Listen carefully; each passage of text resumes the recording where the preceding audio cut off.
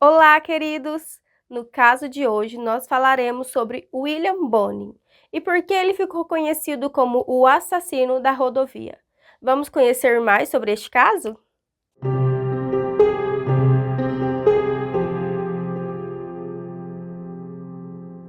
William George Bonin nasceu em 8 de janeiro de 1947 em Connecticut. Desde cedo, a sua vida foi marcada por negligência e violência. O pai dele era alcoólatra, abusivo e também agredia a mãe e os filhos.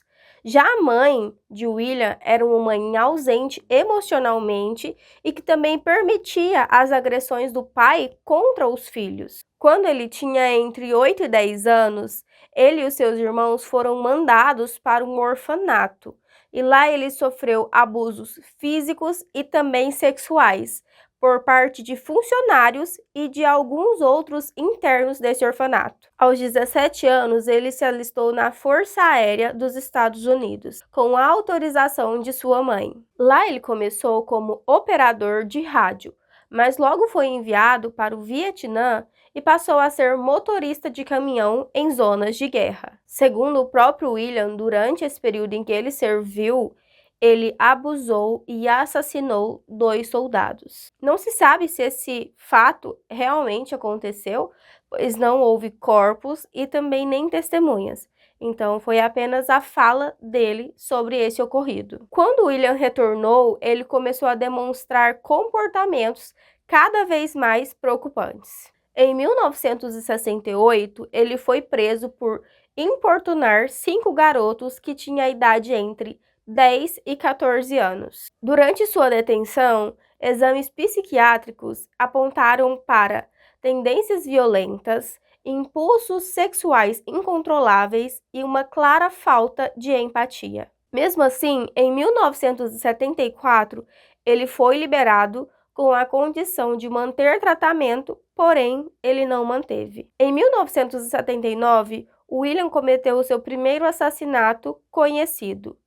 Thomas Landgren, de 13 anos. A partir daí, os crimes começaram a acontecer com mais frequência.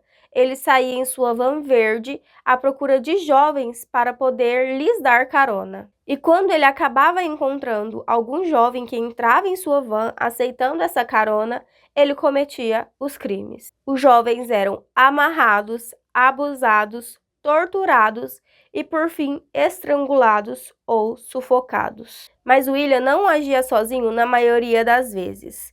Ele teve pelo menos 4 cúmplices principais. Os jovens que ele recrutou para poder ser cúmplices dele nesses crimes eram jovens instáveis e também bastante influenciáveis. Vernon Butts, 22 anos, funcionário de supermercado, gostava de ocultismo. Ele conheceu William em 1979 e foi o cúmplice mais presente nos crimes. Gregory Milley, 19 anos, tinha deficiência intelectual, conheceu William em fevereiro de 1980 em um posto de gasolina e foi recrutado. Ele participou de pelo menos 2 assassinatos em fevereiro daquele mesmo ano. William Pung, 17 anos, era um garoto problemático, conheceu William em março de 1980 ao pegar uma carona. Ele até tentou atacar o garoto, mas depois desistiu. Diferente dos outros, William Pung não participou diretamente dos assassinatos, mas ele sabia de tudo e não contou à polícia. James Morrow, 18 anos. Ele foi recrutado em junho de 1980, quando trabalhou com William em uma pizzaria. Ele participou do assassinato de Steven Wells, que foi o último crime conhecido de William. Tirando William Pung, todos os outros participaram dos sequestros, abusos e também assassinatos. O Vernon até admitiu que participou de pelo menos 9 assassinatos. Entre o final de 1979 e 1980, policiais de outras cidades que faziam parte daquela região começaram a encontrar corpos de jovens e adolescentes pelas rodovias, estradas secundárias e também em áreas remotas. E esses corpos, na maioria das vezes, tinham as mesmas semelhanças em questão de sinal de violência. Os sinais eram estrangulamento, abuso sexual e às vezes marcas de cordas ou fitas adesivas. A princípio, cada delegacia tratava os casos como individuais e isolados. Porém, como esses números foram crescendo e as semelhanças foram aparecendo, eles começaram a suspeitar que poderia ter um serial killer ou mais de um agindo naquela região.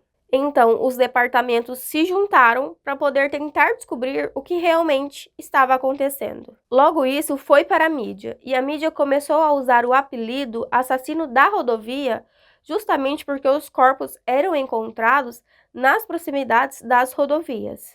Em meados de 1980, o Vernon, que era um dos cúmplices, foi preso por um outro crime, mas ele começou a falar sobre o seu envolvimento nos crimes juntamente com o William. Ele contou detalhes que somente quem estava na hora do crime poderia saber. Ele também disse locais e métodos usados. Em 11 de junho de 1980, ele foi visto pegando um adolescente no ponto de ônibus e levando até a sua van. E então a polícia abordou o veículo e eles encontraram o jovem amarrado, porém vivo, mas com alguns ferimentos. Dentro da van, a polícia encontrou cordas, facas, fita adesiva e também óleo. E esses itens batiam exatamente com as coisas que eram ligadas aos crimes passados. Tinham também testemunhas sobreviventes que conseguiram escapar do William, que disseram que a van em que eles estavam tinha exatamente esses itens.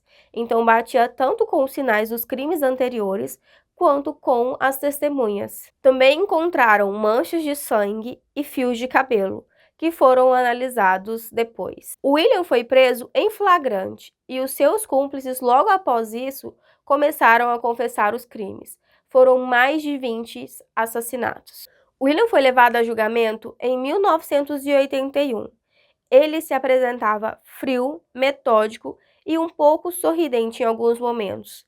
Ele confessou 21 assassinatos, porém, há especulações de que esse número pode ser um pouco maior. Ele disse que preferia matar a vítima do que deixá-la viva e ter o risco dela correr e contar para alguém e ele ser pego. Em 1982, ele foi condenado à morte. E em 1983, ele foi condenado à morte pela uma segunda vez, por causa de crimes adicionais. Depois de 14 anos no corredor da morte, William foi executado em 23 de fevereiro de 1996, na prisão San Quentin. Ele foi o primeiro prisioneiro na Califórnia a ser executado por injeção letal.